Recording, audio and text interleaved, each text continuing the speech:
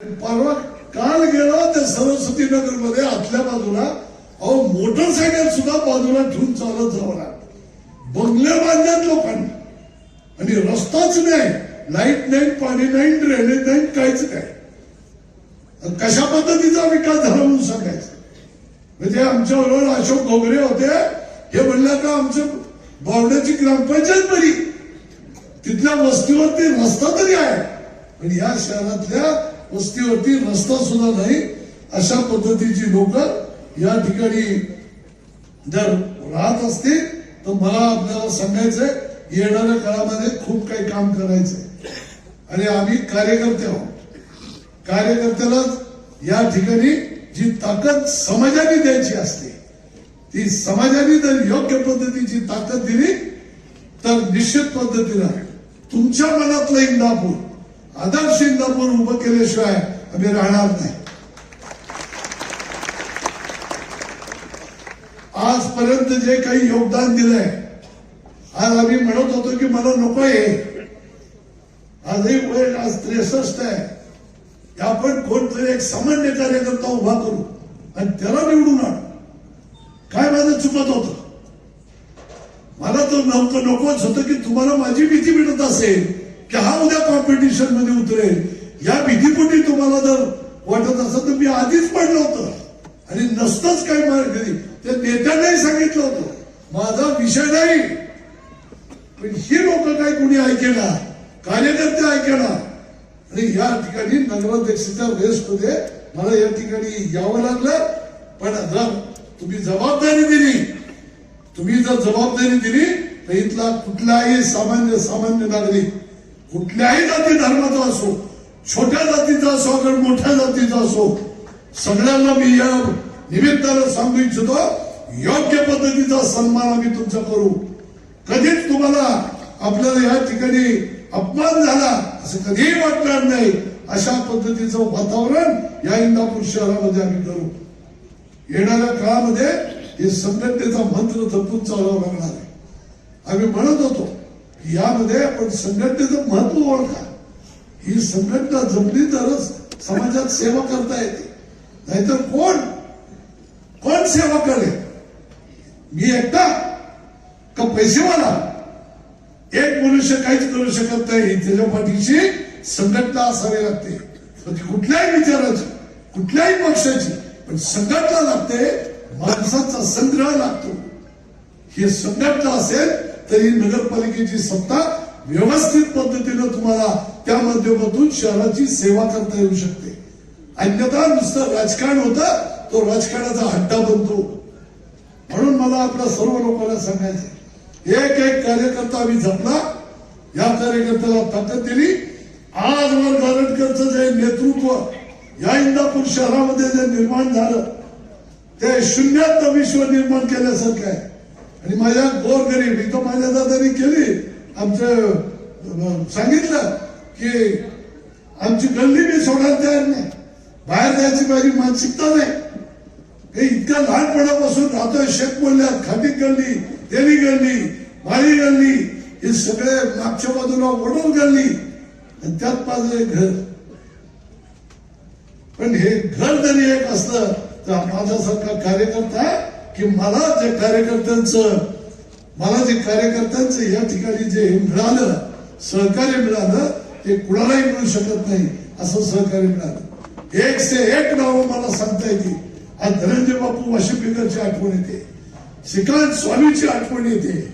नगरपालिका निवडणुकीमध्ये झोपत नसायची ही पोरं. आज इथं मागच्या निवडणुकीत खाजा बागवांना आम्ही तिकीट दिलं, नाही निवडून आणता आला. मला मनामध्ये सण होती तेव्हा मला त्या खाजाला या ठिकाणी ऑप्शनमध्ये न्यायचं होतं. तितक्यात त्याचा दुर्दैवी अंत झाला. मनामध्ये घर करून बसलं होतं. म्हणून मी त्या ठिकाणी नवाजभाई त्याला मी आग्रह केला, मला खाजाबाईला श्रद्धांजली व्हायची आहे, तुम्ही घरातलं एक कोण मुलांना तरी उभं करा, नाहीतर खाजाबाईच्या मंडळीला उभं करा. सामान्य कार्यकर्त्याला पुढे आणलं. 10-12 लोक आजपर्यंत अध्यक्ष केली, अनेक लोक नगरसेवक केली. कधी कुणाचं जात बघितलं नाही, पात बघितलं नाही. पैशाचा तर विषयच नाही.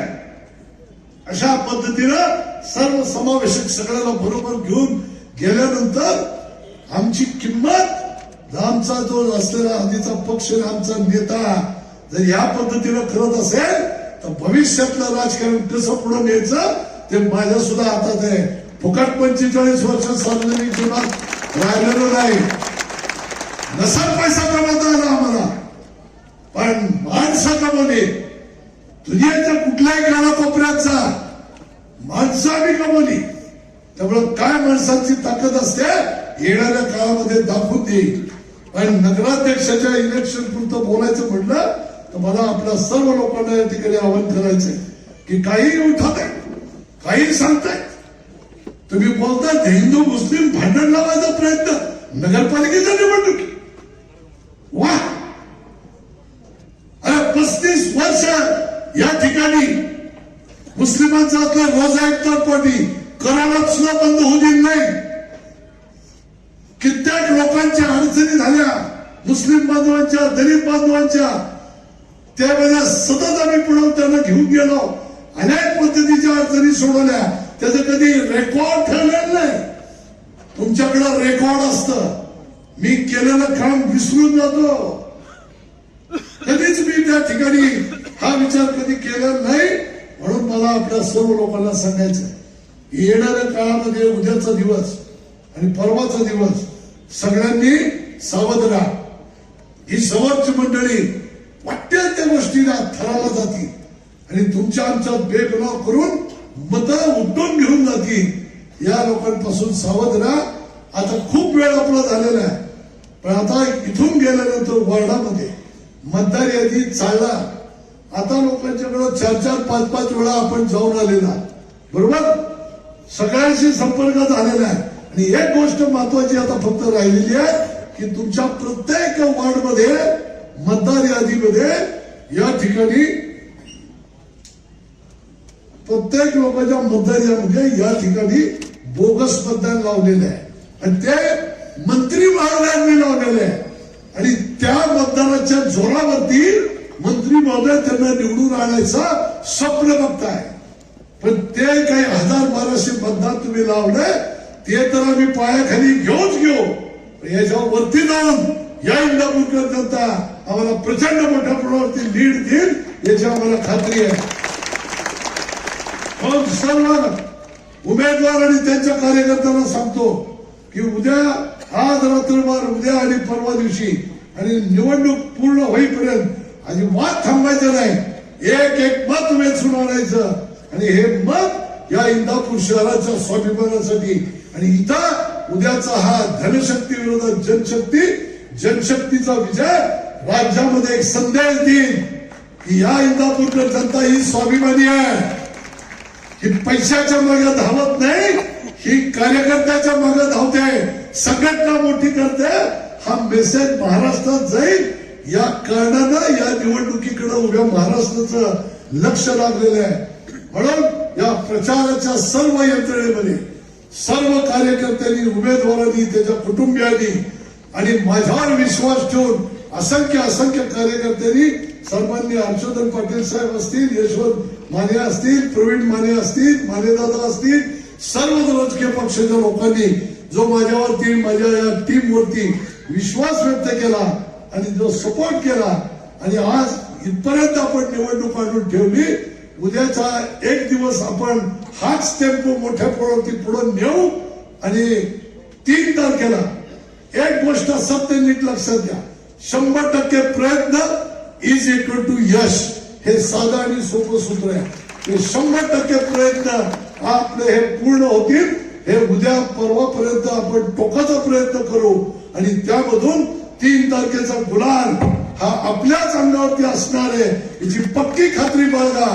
सन्मानयुक्त, भ्रष्टाचार मुक्त आणि भयमुक्त कारभारासाठी असलेल्या कृष्णा भीमा विकास आघाडीच्या सर्वच्या सर्व उमेदवारांना विजयी करा अशा पद्धतीचं आवाहन करतो. आपली रजा घेतो.